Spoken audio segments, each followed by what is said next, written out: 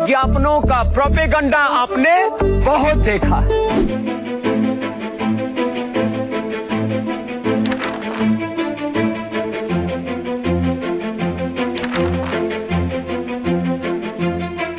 अगर आपका कोई भरोसा तोड़े तो आपको कैसा लगेगा? बुरा तो लगेगा।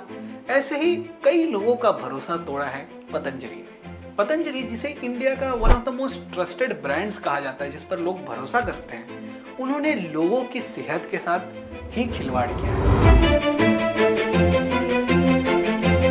मेरे घर में भी पतंजलि यूज किया जाता है और कई हद तक प्रिफर किया जाता है, क्योंकि सब कहते हैं कि इनकी क्वालिटी बेटर है, इसमें अडल्ट्रेशन नहीं है, इसमें केमिकल्स नहीं है, इंडियन ब्रांड को सपोर्ट करना चाहिए, और ऐसे कई रीजन। और ऐसे कई घरों में ये रीजंस की वजह से पतंजलि को यूज किया जाता है और प्रिफर किया जाता है। पर अगर मैं आपको बताऊं कि ये सब एक झूठ है तो आपको कैसा लगेगा? आइए पूरी कहानी जानते हैं। मामला शुरू होता है FSSAI से। FSSAI यानी food safety standards authority of India ने एक नियम बनाया हुआ है कि आप 54 तरीके की बीमारियों पर एडवर्टीजमेंट्स नहीं बना सकते, जिनमें ब्लड प्रेशर, एड्स और डायबिटीज आता है और कई और बीमारियां हैं। तो उन पर आप एडवर्टीजमेंट्स नहीं बना सकते क्योंकि उनका कोई ऑफिशियल क्योर नहीं आया हुआ है। तो पतंजलि ने क्या किया? शुरू किया अपना डायबिटीज का सॉल्यूशन वाला एड। टाइप 1 डायबिटीज है, थायराइड है, बीपी है, सामान्य नॉर्मल शुगर है, मोटापा तो 8-8 दिन में लोगों का हम 12 से 15 किलो तक कम कर देते हैं। ये बहुत साधारण सी बात है कि हम डायबिटीज सॉल्व कर देंगे। उसमें ये तक कहा गया कि अगर आप इंसुलिन पर भी हैं तो भी हम आपकी डायबिटीज ठीक कर देंगे, आप हमारी दवाइयों का प्रयोग कीजिए।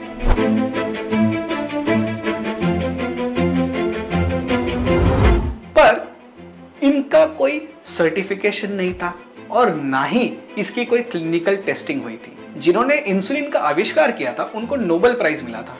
तो अगर सच में पतंजलि ने इसका क्योर निकाला था तो वो भी नोबेल प्राइज डिजर्व करते हैं। 2 सप्ताह में पूरी नॉन डायबिटिक हो जाएगी बात। फिर शुरू होता है इनका कोरोनिल का एड, जिसमें ये कहते हैं कि ये कोरोना को ठीक कर देंगे और लोगों के पैनिक को कैप्चर करने की कोशिश की और लोग वैक्सीन लेने की जगह इनके टैबलेट्स लेने लगे।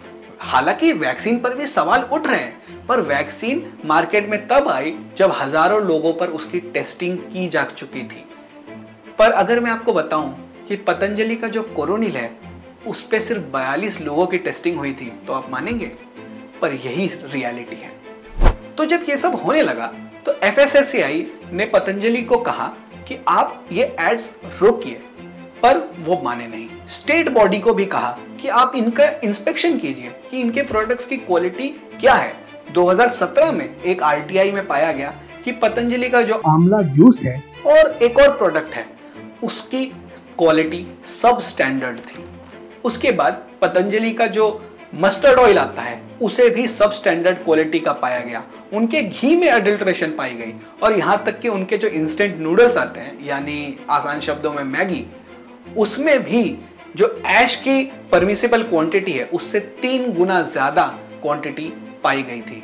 आप अगर पतंजलि के इंस्टेंट नूडल्स और मैगी को पलटेंगे तो आप देखेंगे कि पतंजलि के नूडल्स में कैलोरीज भी ज्यादा है, सोडियम की मात्रा तक ज्यादा है, और इसे ये एडवर्टाइज करते हैं ये बोलते हुए कि ये आटा नूडल्स है, जबकि ये भी मैदे के बने हुए हैं। फिर FSSAI और IMA मिलकर कोर्ट में गए और उन्होंने कहा कि ये पतंजलि के एड्स को वार्निंग देने के बाद भी इन्होंने ये एड्स नहीं रोके हैं। फिर ये मामला जाता है कोर्ट में और कोर्ट ने मल्टीपल बार पतंजलि को कहा कि आप ये एड्स बंद कीजिए, इन एड्स को रोकिए, पर पतंजलि नहीं माने। जब वो कोर्ट में आते थे तो माफी मांग लेते थे कि हम रोक देंगे, पर वो रुकते नहीं थे।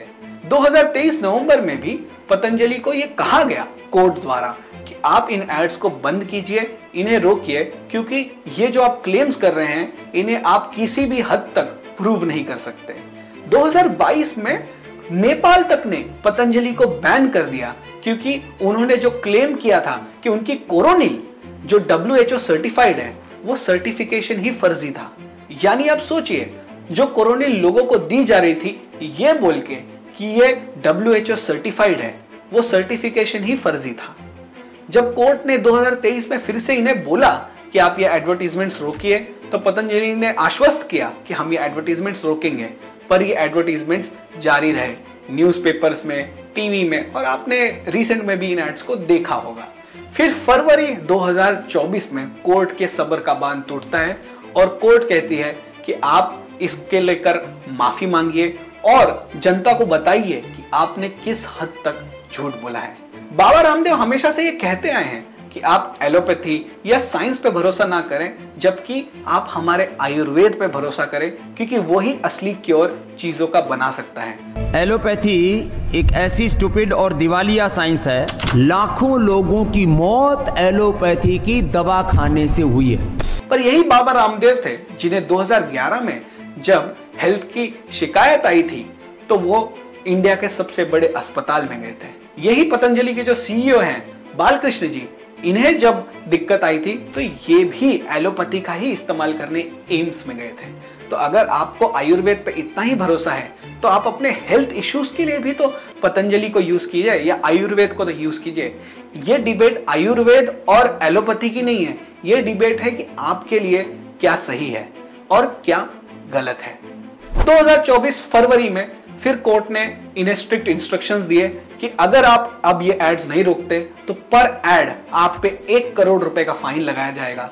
और कोर्ट ने इन्हें यह भी कहा कि आप पेपर में जिस बड़े बड़े एडवर्टाइजमेंट्स लगाकर ये बताते थे हमारे प्रोडक्ट्स ऐसे हैं, आप वैसे ही अपॉलॉजी भी मांगिए। पहले इन्होंने एक छोटा सा कटआउट लगाया, पर कोर्ट ने यह कहा कि जितने बड़े बड़े आपने एड्स किए थे उतने ही बड़े आपको एड लगाना पड़ेगा। फिर पतंजलि ने फ्रंट पेज पर एडवर्टीजमेंट लगा के लोगों से अपनी गलतियों के लिए माफी मांगी। अब कई लोग जो पतंजलि को सपोर्ट करते हैं, जो पतंजलि के फैंस हैं, वो ये कहेंगे कि अरे इतने सारे हेल्थ डिमीनिंग प्रोडक्ट्स हैं जिनके यूज करके बहुत तकलीफें हो सकती हैं लोगों को, वो तो धड़ल्ले से मार्केट में बिक रही हैं। पर आपको ये समझना होगा कि वो जो प्रोडक्ट्स हैं वो खुद को मेडिसिन नहीं कहती हैं। वो एक, या तो आप कहेंगे कि पेप्सी है, पेप्सी से इतने हार्मफुल इफेक्ट हैं, तो पेप्सी ने कब कहा कि हम एक मेडिसिन है? तो मिसलीड ना करें। जैसे आप कहेंगे कि बॉर्नविटा भी तो बोलता है ये हेल्थ ड्रिंक है, तो बॉर्नविटा पे ऑलरेडी एक्शन लिया जा चुका है और उनको मना किया गया है हेल्थ ड्रिंक टर्म यूज करने को। आप ये भी कह सकते हैं कि अरे ऐसी कई प्रोडक्ट्स हैं, ऐसी कई कंपनीज हैं जो अडल्ट्रेशन करती हैं या जिनकी प्रोडक्ट में मिलावट पाई गई है, उनका क्या? तो बात तो आपकी ठीक है कि बाकी कंपनीज पर भी एक्शन लेना चाहिए, पर इसका मतलब ये नहीं है कि आप पतंजलि को फेवर करते हैं तो उनको आप स्पेयर कर देंगे। अगर इन्होंने गलतियां की हैं तो उस पर उंगलियां उठनी चाहिए, ताकि ये अपनी क्वालिटी पर ध्यान दें और अपने प्रोडक्ट्स को और बेहतर बनाएं, ताकि लोगों का ये फिर से भरोसा जीत सके। क्योंकि रिसेंट टाइम्स में पतंजलि की सेल्स नीचे जा रही हैं, क्योंकि लोग अब उनके प्रोडक्ट्स की क्वालिटी से शायद खुश नहीं है, या लोगों को ये समझ में आ चुका है कि ये बेटर क्वालिटी के नाम पे लोगों को मूर्ख बनाया जा रहा है। इस मामले में आपकी क्या राय है, ये हमें कमेंट सेक्शन में बताना बिल्कुल मत भूलिएगा। और याद रखिएगा, दिन हो या रात, हमेशा दे न्याय का साथ। धन्यवाद।